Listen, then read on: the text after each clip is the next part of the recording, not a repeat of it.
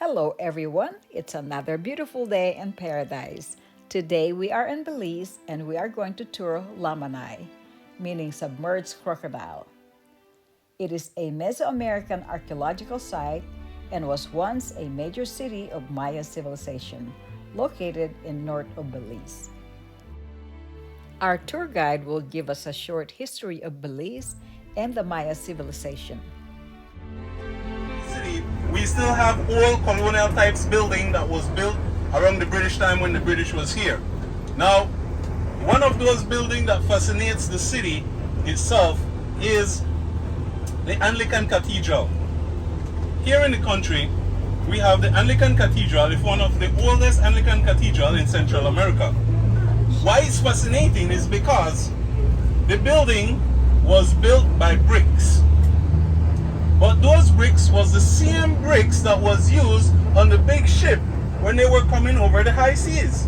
So those bricks was used as ballast on the ship. Those ships removed the bricks and built churches, administration buildings, homes, holding cells, and stuff like that. The Anglican Cathedral also has a pipe organ that still works, and that church is still in use today. We have a bridge. The name of the bridge is the Big Swing Bridge. That's what we call it, Swing Bridge. Now, fascinating of it is the oldest manual swing bridge in Central America. So when I say manual swing bridge, this bridge doesn't use anything with a motor. To turn that bridge, they use a large key in the center of the bridge, and 6 men on each side turn that key in a circular motion. Whoa. So that bridge can turn. River. To take goods up the forest, they would use trains. So the trains will take the goods up the forest, steam tractors load the log into the river, and then on the river, they will float that log down to Belize City. Now, Belize City is considered to be an island because of the man-made canal that was dug in the logging industry. They needed a closer exit to sea, so they dug the canal, leaving Belize City an island. After a long scenic bus ride, we finally made it to Ayinha Adventures. Here we're going to have lunch and maybe some drinks if you like, before we proceed to our adventures. To get to Lamanai, we are taking a 26-mile boat ride departing from this location. We're about to embark on a tour of the river, going to look for some Mayan ruins. Here we are. We're ready for our tour. We got our floating device here, so if this boat capsizes, we can float. Lamanai was occupied as early as the 16th century BC. The site became a prominent center in the pre-classic period, from the 4th century BC through the 1st century CE in 625 CE. Lamanai continued to be occupied up to the 17th century AD. During the Spanish conquest of Yucatan, Spanish friars established 2 Roman Catholic churches here. But a Maya revolt drove the Spanish out, and the site was subsequently incorporated by the British in the British Honduras, passing with that colony's independence to Belize. The vast majority of the site remained unexcavated until the mid-1970s. Archaeological work has concentrated on the investigation and restoration of the larger structures, most notably the Mass Temple, the Jaguar Temple, and the High Temple. We are now at the Jaguar Temple. It is a steep pyramid structure, and the structure is 12 feet shorter in exposed height than the High Temple. However, a significant amount of this temple is under the ground. Angular jaguar heads adorn the front in the same style as the other temple in this site. Lamanai is a Mayan word. Translation to English, submerged crocodile. Other Mayan translation, Hiana ha Ayin. which means submerged crocodile. Lamanai was excavated by Elizabeth Graham and David Pendergast from the Royal Ontario Museum of Canada. As they investigated Lamanai, the investigation starts around 1974 to about 1986, where the large work happened. Excavation went on all the way up to 2000. Lamanai is the longest lived Mayan city in the Mundo Maya world. The Mundo Maya world: Mexico, Belize, Guatemala, Honduras, and El Salvador. Lamanai is the longest lived because people have occupied this location dating all the way back 1500 BC. Wow. Evidence of people occupying this location dated. All the way up to 2000, a modern Mayan village sits to the front of this Mayan city. After this became an archaeological reserve, the village was relocated to the nearby land about a mile off the reserve. The people from the village that live here benefit fully from working here at Lamanai. Whether as tour guides, shop owners, cleaners, rangers, they benefit fully from. Modification took place around 600 AD.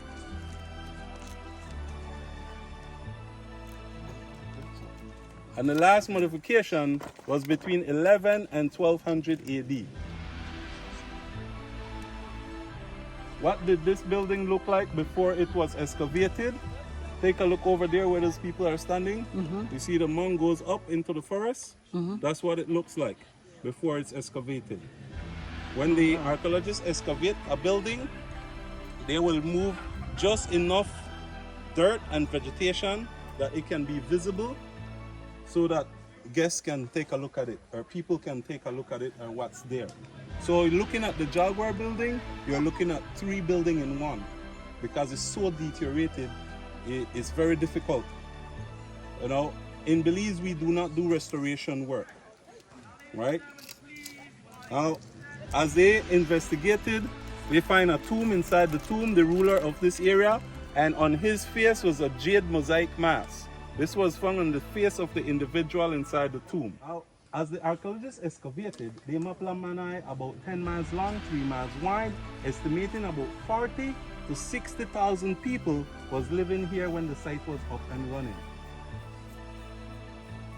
They mapped over 700 structures around that time when they're doing foot mapping. New technology has risen since then. Today, there is a LiDAR scanning from the plane that is done that remove the vegetation and let you know what's going on. After they did the LiDAR scanning here at Lamanai, they revealed over 830 different structures. Everything that comes out of the ground is a structure. If you look right over here, you see 2 little mounds. It's 2 structures. When the archaeologists excavated those mounds, they find over 20 deer skulls. The archaeologists called it a large sacrifice. Oh, the jade mask is in the museum. Over here? Not here, in Belize City. The collapse of Lamanai is because of the Spaniards. Yes. Not because of anything else. That's the story of Lamanai. Each Mayan city has their own story. Because we have Mayan city, that the collapse of different Mayan cities by other Mayan cities. But Lamanai was the Spaniards. And after the Spaniards, the British came back and served demons. We only find evidence that the Mayans served God. Yes. Yes, they had a God for everything, but they served God. And oh, there he is. Just above your head is a monkey. Ooh, look at that.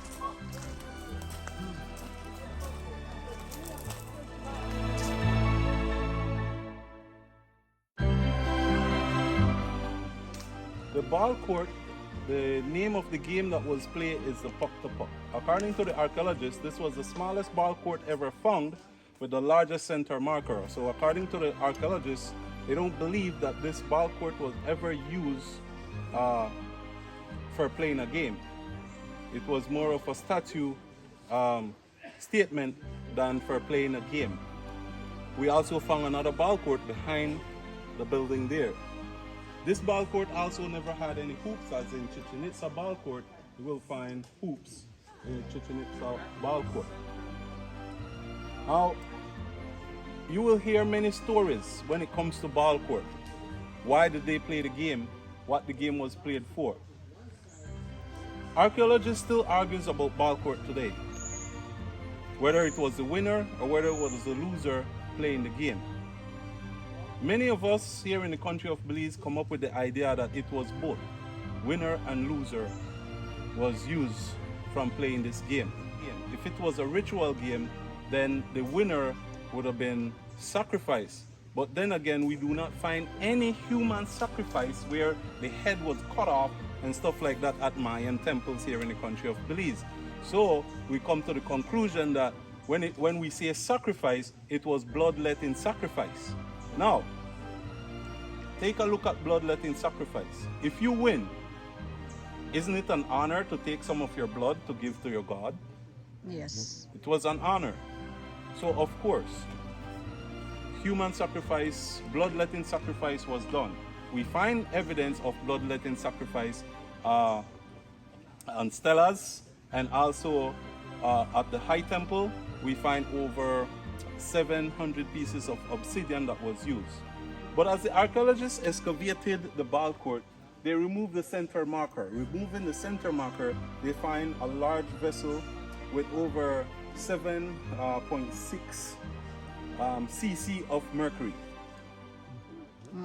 Mercury. What did the Mayans use mercury for? Archaeologists still haven't disclosed that to anyone. And to be supernatural being, there is a myth that if you put quicksilver underneath your skin, you're harder to die, you're known of danger, and you're more stronger. So more likely, that's what they wanted to do. They also find cinnabar and iron pyrite as well. Small freshwater pearls and shell was also found. So it was an offering put together underneath the large stone, which is the center marker. High temple. It is high. Look at that. Sure. Wow. And around 100 BC, this is what archaeologists believe that this building looked like. Around 100 BC. 13 masts, 6 on each side and 1 all the way to the top. Look at that. And then a modification took place covering the entire building. What type of mass, we don't know, because they are very deteriorated to know what type of mass it is. As the archaeologists excavated, they find a large offering up top under the stairway. The offering has over 700 obsidian blade. Obsidian blade was used for bloodletting sacrifice. They also find stingray spine. Stingray spine was also used for bloodletting sacrifice. Whenever the Mayan people would do sacrifice, the female would slit or pierce the most powerful part of their body. That would be the tongue or the nipples. That's what would be slit or pierce. The male, if they were doing the ritual with a stingray spine, the male will pierce where life comes from. I'm happy I'm Creole. They also find a different large bird bones. Now, what type of bird we do not know. The reason is that it did not have the head, or it never had any tissue because it was so old, so that we could have did any DNA testing. So if you take iron pyrite and mix it with the cinnabar, you get a glittery red pigment that they would paint the building. No wonder when the Spaniards came, they think they find city of gold. From a distance, it glitters, right? The red painting will come from tree barks or any red stuff from the forest to paint their building.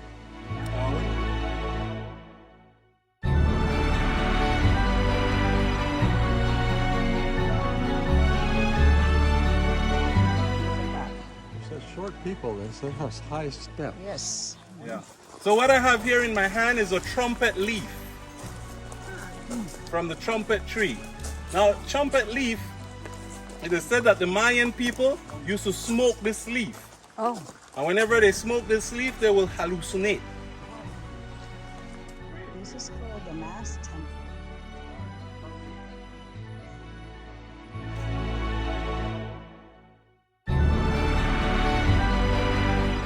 5 different construction phases went on here. Now, the first building was built around 100 BC. Wow. So in 100 BC, this is what the building used to look like. 100 BC. A major modification took place around 400 AD. And around 400 AD, here the archaeologists find 4 masts, the color of the building changed, the style of the building changed. And then another modification around 500 AD, where the top 2 masts was covered up, leaving only the bottom 2. Modification again, around 600 AD, the style of the building and the color of the building changes again. Last modification between 6 and 900 AD. As the archaeologists excavated, they find 2 burials, a male and a female. The male was found inside the building, the female over this side. As the archaeologists excavated the tomb, they find small war figurines, charcoal, cloth, jade necklace inside the tomb. Whatever we do with jewelry today, the Maya people has been doing it long before us. You think the hip-hop guys were the first one to have grills? No. Maya bling bling, baby. Wow. A jade stone in each one of the teeth. So whatever we do with jewelry today, the Maya people has been doing it long before us. So as we go up top, we'll be looking at the mask. The mask up top is of fiberglass. The original was uncovered in 1979. And in 1979, after uncovered, it started to deteriorate real fast. So the government and the archaeological department got together and decided to close it up. Before they close it up, they make an exact replica from fiberglass. That's what you see there. Then they fill in the original with sand. So yes, my friends, fill it in with sand and then place the fiberglass in front to preserve the original. The same mask on a computer model, this is what it looks like. The depiction of this mask is the head of a man in the mouth of a crocodile. King or a Maya priest would look like after fully dressed. They would have an extra 30 pounds of clothing. I don't know in this heat how they did that.